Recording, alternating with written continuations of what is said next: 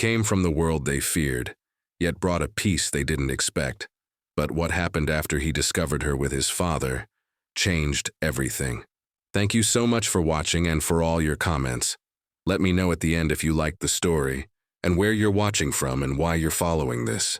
The harsh Dakota winter had begun to soften under the tentative warmth of early spring. Morning Star, son of the respected Sioux elder White Eagle, rode across the plains with the rising sun at his back. His father's blindness, the result of a fever 2 winters ago, had changed their lives profoundly. Once a revered tribal leader whose wisdom guided many decisions, White Eagle now sat in their tipi, his sightless eyes turned toward the sounds of the camp. Morning Star dismounted his paint horse at the edge of the settlement, his eyes scanning the horizon. The treaty with the white settlers was fragile at best. Though they had been allowed to maintain this territory, the encroachment continued unabated. Soon a trading post would open nearby, another step in the slow erasure of their way of life. The buffalo are moving north earlier this year, said Running Fox, his childhood friend, approaching with a water skin. Your father would have known what it meant. Morning Star nodded. He still might. His eyes may have failed, but his spirit remains connected to the land.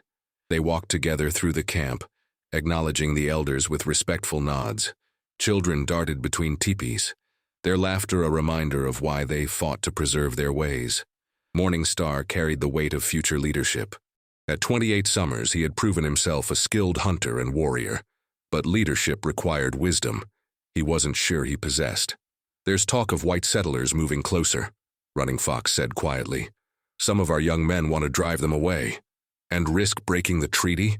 We would lose everything, Morning Star replied, his jaw tightening. My father always said wisdom must guide strength. As they approached his family's teepee, Morning Star heard something unexpected. Singing. A woman's voice, soft and clear, singing in English. He motioned for Running Fox to remain silent as he crept forward, hand instinctively moving to the knife at his belt. Peering through the entrance, Morning Star froze at the sight before him. A white woman with auburn hair sat beside his father, singing gently while grinding herbs in a small stone mortar. White Eagle's weathered face bore a smile Morning Star hadn't seen in months. The woman looked up, her song faltering as her green eyes met his. She appeared to be in her early 20s, dressed in a simple blue dress that had seen better days. I didn't mean to intrude, she said, her voice carrying a slight tremor. Your father was alone, and I brought some herbs that might help ease his discomfort. White Eagle turned toward his son's presence. Morning Star, this is Sarah Williams. She is the daughter of the new doctor at the fort. She knows the ways of healing. The new Morning Star studied her suspiciously. How did you get into our camp? I asked permission from the women at the stream, she explained, her hands still working the mortar and pestle. I've been learning about native healing plants. I hoped I might help. And the singing? Morning Star's voice remained hard. Sarah's cheeks colored. Your father asked about our music. I offered to share a song. White Eagle raised his hand. She has a gift, my son. Her voice carries healing. Do not chase away what the spirits have sent. Morning Star remained skeptical, but respected his father too much to argue. The council gathers soon. You should leave. Sarah nodded, carefully placing the ground herbs in a small pouch, which she handed to White Eagle. Mix this with hot water and drink it morning and night, she instructed gently. I can return in a few days with more. You would be welcome, White Eagle said before Morning Star could object. As Sarah gathered her small bag of supplies, Morning Star followed her outside. The spring sun illuminated her face, revealing a smattering of freckles across her nose and a small scar at her temple. Why are you really here? He asked bluntly when they were out of his father's hearing. Sarah met his gaze directly. My father is the new doctor at Fort Randall. We arrived 3 weeks ago. I've always been interested in different healing traditions. She hesitated. And I don't share the prejudices many at the fort hold. Your people bring disease, take our land, kill our buffalo, and now you want our medicine as well? Morning Star's voice was low but edged with years of accumulated pain. I don't want to take anything, Sarah replied steadily. I want to learn and perhaps share what I know in return. Your father's eyes, the cloudiness suggests cataracts. In some cases, they can be treated. Morning Star's expression hardened. with white man's medicine that costs more than we could ever pay. Not all healing requires payment, Sarah said softly. Some is offered freely, as it should be. Before Morningstar could respond, Running Fox appeared at his side. The council waits, brother. With a final assessing look at the white woman, Morningstar nodded curtly. I'll escort you to the edge of camp. As they walked in silence, Morningstar noticed how several women nodded at Sarah, and even a few elders acknowledged her. Somehow, in his absence, this stranger had begun forming connections with his people. At the perimeter, Sarah turned to him. I'll return in 3 days with more medicine, if that's acceptable. My father welcomes you. That is enough, Morningstar replied, not committing his own approval. As he watched her walk away across the plain toward the distant fort, Morningstar felt an unsettling mixture of suspicion and curiosity.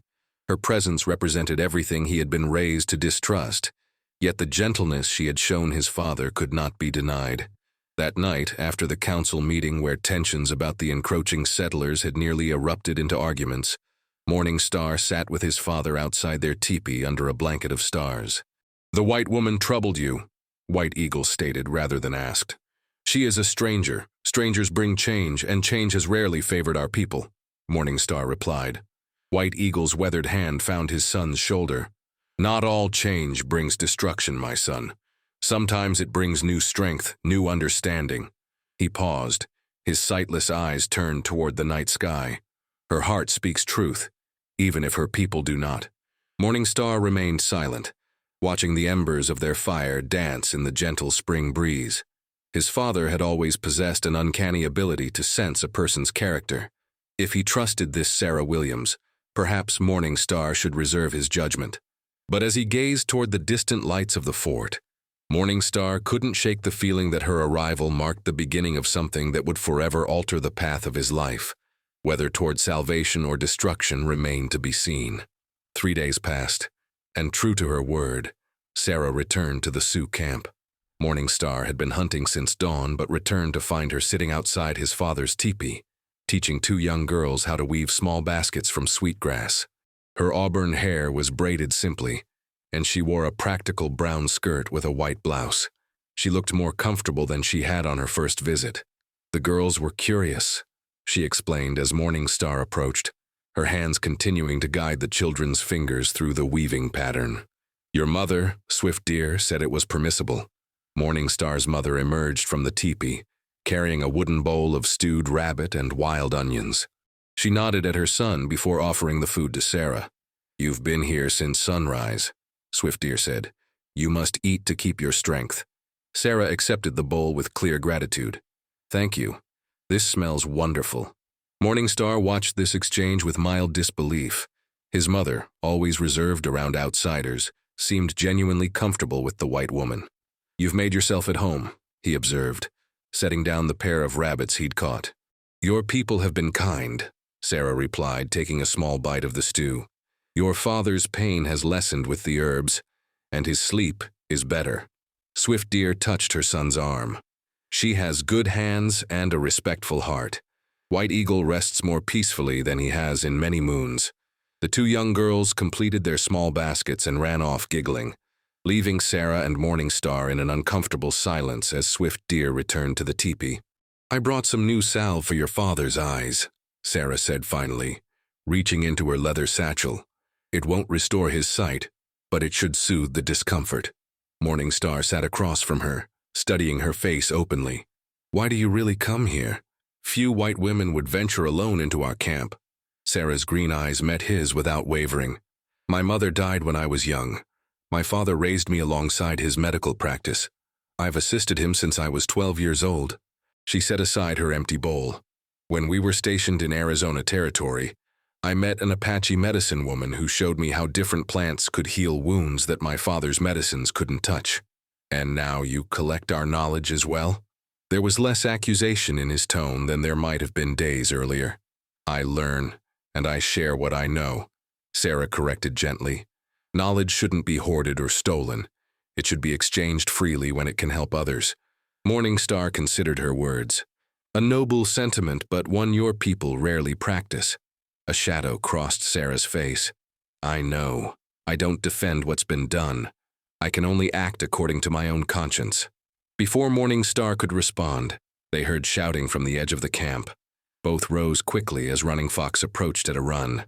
"Soldiers from the fort," he said breathlessly. "They're demanding to search the camp. They claim we stole horses." Morning Star's expression darkened. "Stay here," he instructed Sarah, but she was already gathering her things. "I'll come with you. Perhaps I can help." Together they hurried toward the commotion, where 5 mounted soldiers faced a growing group of Sioux men. The tension in the air was palpable. "We have authorization to search for stolen property," a sergeant was saying, his hand resting too casually on his holstered pistol. "Your authorization means nothing here," Morning Star stated firmly as he stepped forward. "No horses have been stolen." The sergeant's eyes narrowed. "And why should I believe—" He broke off as he noticed Sarah. "Miss Williams, what in God's name are you doing here?" Sarah stepped forward. "I've been bringing medicine to the blind elder, Sergeant Miller. Doctor's orders." The sergeant looked skeptical. "Your father sent you alone among these savages?" Several of the Sioux men stepped forward at the insult, but Morning Star raised his hand to hold them back. "My father trusts my judgment," Sarah replied coldly. "And I trust these people far more than I trust men who make accusations without proof." 3 horses were taken from the paddock last night, another soldier interjected. "Then you should look elsewhere," Morning Star replied. "Our warriors have been hunting buffalo to the north. We have no need for your horses." The sergeant dismounted, his face flushed with anger. "We have tracks leading in this direction." "Then they continued past our camp," Morning Star countered. "Look around you. Do you see any new horses?" Sarah stepped between them. "Sergeant Miller, I've been here since sunrise. There are no new horses in this camp. If you force a search, you'll violate the treaty without cause." The standoff continued for several tense moments before the sergeant reluctantly remounted his horse. "This isn't over. If those horses are found here later, there will be consequences."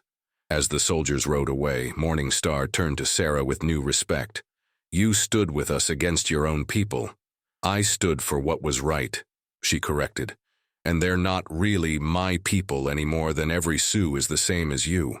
The gathered Sioux began to disperse, many nodding appreciatively to Sarah as they passed. Running Fox approached, his expression troubled. "The stolen horses are likely with the crow hunting party that passed through yesterday," he said quietly to Morning Star. "They stopped for water beyond the ridge, but didn't enter our camp." Morning Star nodded grimly. "The actions of others often become our burden." Sarah looked between them. "You know who took the horses?" "We suspect," Morning Star replied carefully, "but it's not our place to speak for another tribe's actions." Sarah understood the complexity of his position. "I should return to the fort before my absence raises more questions." "I'll escort you part of the way," Morning Star offered, surprising himself. As they walked across the spring-green prairie, a comfortable silence settled between them. The afternoon sun cast long shadows as meadowlarks called from the swaying grasses. "Your father speaks of you often," Sarah said finally. "He's very proud of the man you've become." Morning Star felt a familiar ache at the mention of his father's condition. "He was teaching me to lead our people before his eyes failed. Now much of that wisdom may die with him." "Perhaps not," Sarah replied thoughtfully. "His mind remains sharp, and his spirit strong. The knowledge is still there to be shared. It's difficult without sight. Many teachings require showing as well as telling." Sarah stopped walking, turning to face him directly. "I've been thinking about that. Your father's blindness. I believe it's cataracts, a clouding of the lens in the eye. My father has performed operations to remove them." Morning Star's expression hardened. "White medicine has failed our people before. This is different," Sarah insisted. "The procedure is relatively simple for someone with my father's training. It doesn't always work, but when it does, sight can be restored." Hope flared briefly in Morning Star's chest before caution extinguished it. "And what would such an operation cost?" "Nothing," Sarah said firmly. "My father took an oath to heal the suffering. I would make sure he honors it." Morning Star studied her face, searching for deception, but finding only earnest determination. "I will speak with my father about this possibility.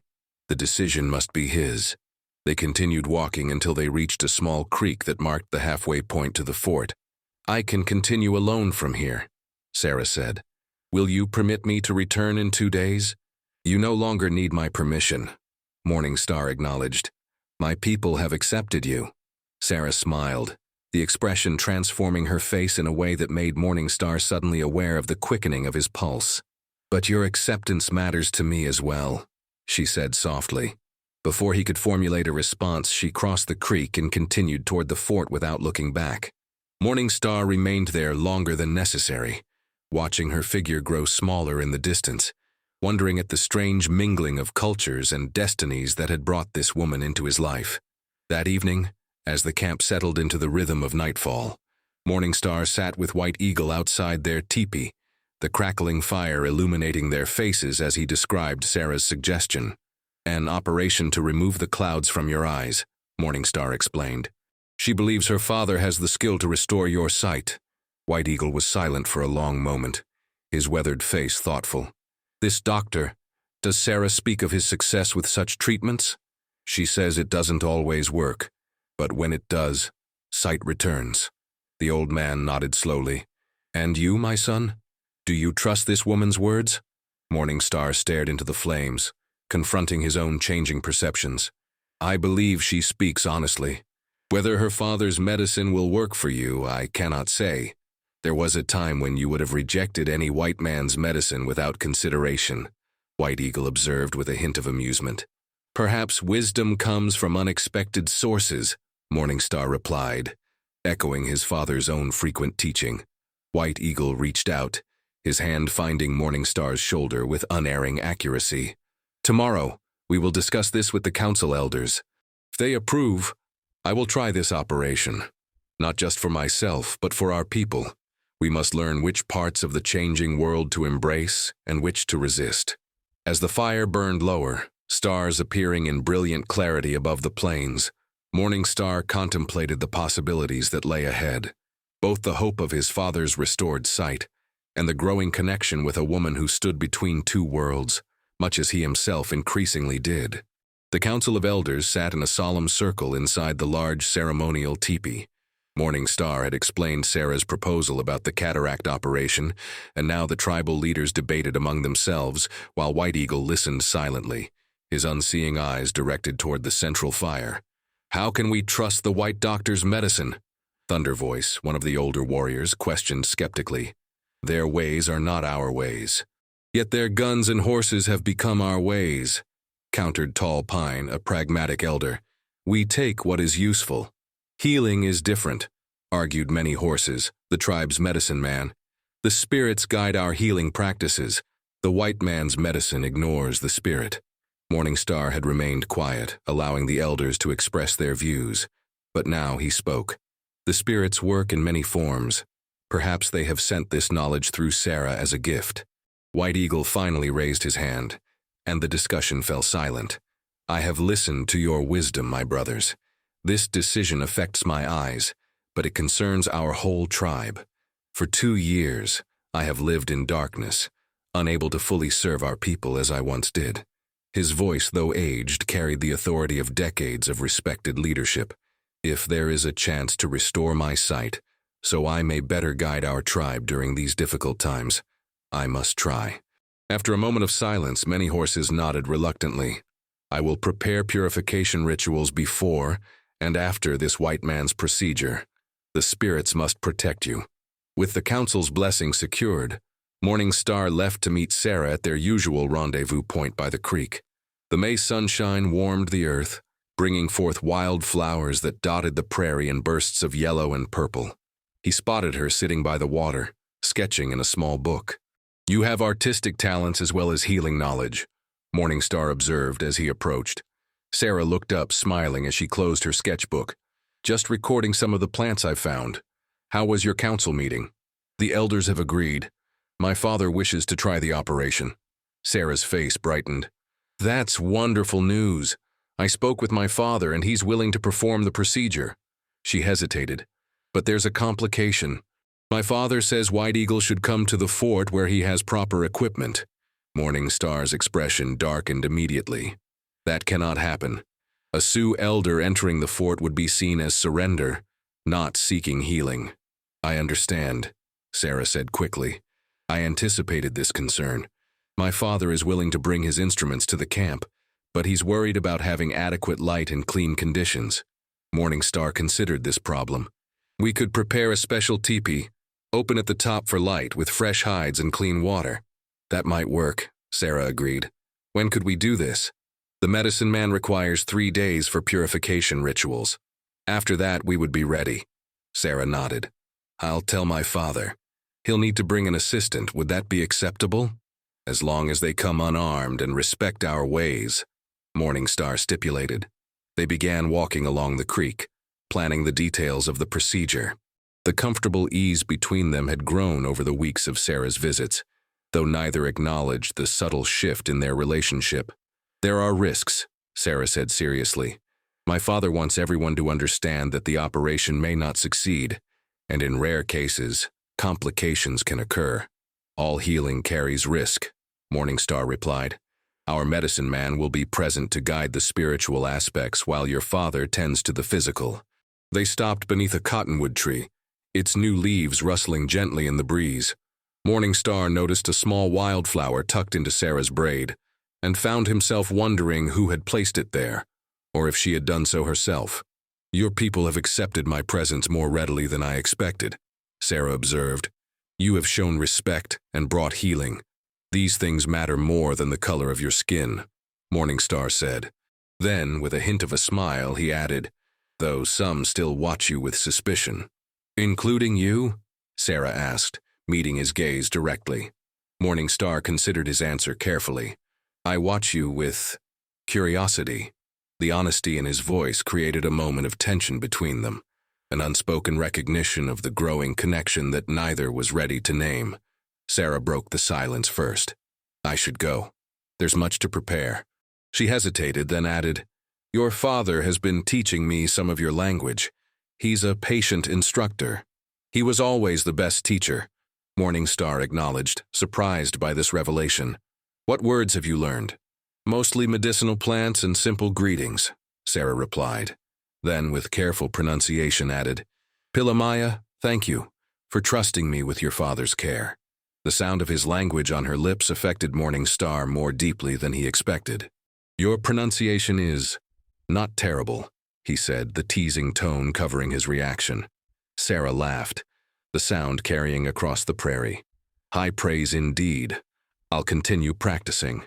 As they parted ways, Morningstar found himself looking forward to their next meeting with an anticipation he hadn't felt in years.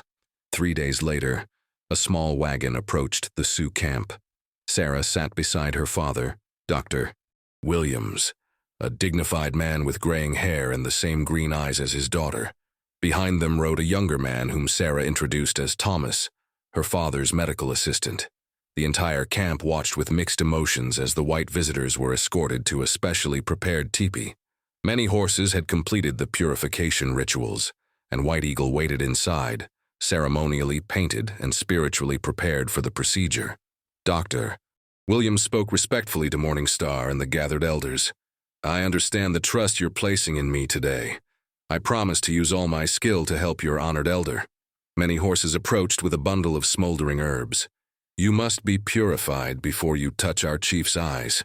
To his credit, Dr. Williams submitted to the ceremonial cleansing without hesitation. I welcome any additional protection for my patient, he said, earning reluctant nods of approval. Sarah helped arrange the surgical instruments while explaining each step of the procedure to Morningstar and the council members. My father will make a small cut in the eye to remove the clouded lens. White Eagle will need to remain very still. I have faced enemy arrows without flinching, White Eagle said calmly from where he sat. This will require less courage. Dr. Williams smiled at the old chief's composure. I've performed this operation many times, but I must be honest. The success varies with each patient. Some regain clear vision, others partial sight, and for some there is little improvement. Understanding the truth of what lies ahead is the beginning of wisdom, White Eagle replied. I am ready. Morningstar took his position at his father's side, holding his hand as Dr. Williams began the delicate procedure. Sarah assisted, handing instruments and providing water to cleanse the eye. The tension in the teepee was palpable, as tribal members whispered prayers and many horses softly chanted healing songs. The operation on the first eye took nearly an hour. When it was complete, Dr. Williams placed a bandage over it.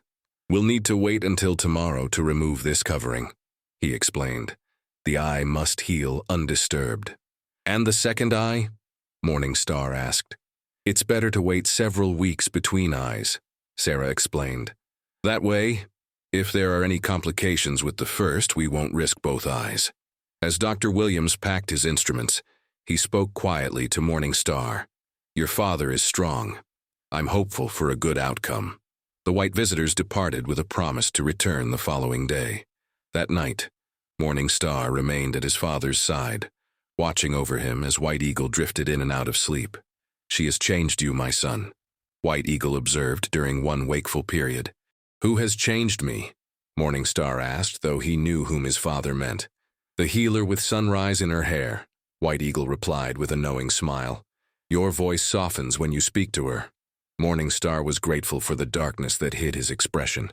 "She has shown kindness to our people when most whites show only contempt. There is more than gratitude in your heart," White Eagle said gently. "I may not see with my eyes, but I see with my spirit." Morningstar didn't deny it. "She walks between two worlds, as we increasingly must, but our paths lead in different directions." "Perhaps," White Eagle said thoughtfully, "or perhaps the Great Spirit has brought your paths together for reasons yet to be revealed." Morningstar sat in silence, contemplating his father's words as the night deepened around them. His feelings for Sarah had grown from suspicion to respect, and now to something more complicated, something that both troubled and exhilarated him. The next day, Sarah and her father returned to remove White Eagle's bandage. The entire camp seemed to hold its breath as Dr. Williams carefully unwound the covering. "Keep your eye closed until I tell you," the doctor instructed. He checked the healing, nodding with satisfaction. "Now very slowly open your eye." White Eagle's weathered face remained impassive as he gradually opened his eye. For a long moment, he said nothing, and Morningstar felt his hope beginning to fade. Then White Eagle raised his hand slowly, reaching toward his son's face. "There is light," he whispered, "and shapes." His fingers touched Morningstar's cheek. "I see the shadow of your face, my son. Not clearly, but more than darkness." A murmur of excitement spread through the gathered crowd. "Doctor," Williams smiled, clearly pleased. "This is very promising. The clarity may improve over the coming days as the eye continues to heal." White Eagle turned toward Sarah and her father. "You have brought light back into my world. Our people will not forget this kindness." As the day progressed, White Eagle's vision in the treated eye continued to improve. By evening, he could distinguish faces at close range and see the outlines of the teepees against the sunset. The camp celebrated with a feast in honor of the white healers, and for the first time, Dr. Williams and Thomas were welcomed as guests rather than outsiders. During the celebration, Morningstar found Sarah sitting alone at the edge of the firelight, watching the dancing with a thoughtful expression. "You've brought joy back to my father," Morningstar said as he sat beside her, "and hope to our people." "It was my father's skill," Sarah demurred. "It was your courage in building a bridge between our worlds," Morningstar corrected. "Few would have tried." Sarah turned to face him, her features softened by the firelight. "I've learned as much from your people as I've shared. More, perhaps." Their conversation was interrupted by shouting from the perimeter of the camp. Morningstar rose quickly, his hand moving to his knife as Running Fox approached at a run. "Soldiers from the fort," he reported urgently. "Many of them with the new Indian agent. They demand to speak with you immediately." Morningstar's eyes met Sarah's, both realizing that their brief moment of harmony was about to be shattered by the harsh realities that divided their peoples. Morningstar strode toward the edge of the camp where a dozen mounted soldiers waited. At their center was a thin man in a dark suit, Henry Blackwood, the newly appointed Indian agent for the territory. Sarah and her father hurried to join Morningstar, their faces etched with concern. "What is the meaning of this intrusion during our celebration?" Morningstar demanded, his voice carrying across the tense silence that had fallen over the gathering. Agent Blackwood dismounted, his expression sour. The meaning, sir, is that we have reports of unauthorized white civilians in your camp, potentially in violation of treaty regulations. His gaze fell coldly on Sarah and Dr. Williams. Including these individuals, Dr. Williams stepped forward. I'm here in my capacity as a physician, treating a patient. There's no violation. Medical visits require proper authorization through my office, Blackwood countered, which you did not obtain. Sarah moved to stand beside Morning Star. There was no time for bureaucratic delays. The procedure was time-sensitive. Blackwood's thin lips curved into an unpleasant smile. Miss Williams, your reputation for native sympathies is well known. Your actions here undermine the authority of my office. His authority comes from a piece of paper, Morningstar stated firmly. Ours comes from generations on this land. Dr. Williams came to heal our elder, bringing sight back to one who had lived in darkness. A murmur ran through the gathered Sioux, and White Eagle himself emerged from the crowd, walking carefully with one eye still bandaged, but the other now able to discern the confrontation unfolding. I am the patient they came to treat, White Eagle announced, his dignity unmistakable despite his age. I invited them to our camp as honored healers. Blackwood seemed momentarily taken aback by the elder's presence, but quickly recovered. Nevertheless, procedures must be followed. Dr. Williams, you and your daughter will return to the fort immediately. There will be consequences for this unauthorized interaction. Morning Star stepped forward, his voice controlled but firm. They are our guests. They will leave when our celebration honoring them is complete, not before. The tension escalated as the soldiers shifted nervously, hands moving closer to their weapons. Dr. Williams placed a calming hand on Sarah's shoulder. We'll go, he said quietly. I won't have blood spilled over administrative disagreements. Sarah began to protest, but her father silenced her with a look. There are better ways to fight injustice than through confrontation, Sarah. Morning Star understood the doctor's wisdom, though it didn't ease the anger burning within him. We will escort you to your wagon, he said, signaling to several warriors who stepped forward. Blackwood smiled thinly at this apparent victory. The doctor and his assistant may gather their things. Miss Williams will return with me directly. What? Dr. Williams's composure broke. My daughter rides with me. Miss Williams requires a separate discussion regarding her ongoing unauthorized visits to this camp, Blackwood stated coldly. Sergeant, escort Miss Williams to my horse. As a soldier moved toward Sarah, Morning Star stepped between them. She leaves with her father or not at all. The standoff hung in the air for a breathless moment before being broken by an unexpected voice. Mr. Blackwood, called Captain James Reynolds, riding into the circle. His arrival surprised everyone, including the agent. I believe there's been a misunderstanding. Captain Reynolds, the fort's second-in-command, was known for his fair dealings with the tribes. He dismounted and approached the group. Dr. Williams was acting under military medical authorization, which supersedes civilian Indian Bureau protocols in matters of urgent care, Reynolds stated firmly. I signed the authorization myself when Miss Williams explained the situation. Blackwood's face tightened with anger. I received no such documentation. An unfortunate clerical oversight, Reynolds replied smoothly. The paperwork will be on your desk tomorrow. In the meantime, I suggest we allow our medical personnel to complete their humanitarian mission without further interference. The captain's rank carried enough weight to make the agent hesitate. After a tense moment, Blackwood nodded stiffly. Very well. But I expect all three to return to the fort by noon tomorrow. This matter isn't closed. As the soldiers and agent departed, Captain Reynolds remained behind. Once they were out of earshot, he turned to Sarah with a stern expression. That was too close, Miss Williams. Blackwood has been looking for any excuse to restrict contact with the Sioux. He glanced at Morning Star. I meant what I said about the authorization. I'll create the paperwork tonight, but you're all walking a dangerous line. Thank you, James, Dr. Williams said sincerely. We owe you a debt. Reynolds shook his head. Just doing what's right. My grandfather was Cherokee. I understand better than most what these bureaucrats don't see. He tipped his hat to White Eagle. I'm glad the procedure was successful, Chief. I'll return tomorrow to escort our medical team back safely. As Reynolds rode away, the celebration resumed, though with a more subdued atmosphere. The confrontation had cast a shadow over the evening's joy, a stark reminder of the precarious position of the Sioux. Later, as the fires burned lower and most of the tribe had retired to their teepees, Morning Star found Sarah sitting alone by a small fire near the edge of the camp. "Captain Reynolds risked much to protect you," he observed as he sat beside her. Sarah nodded. "He's a good man.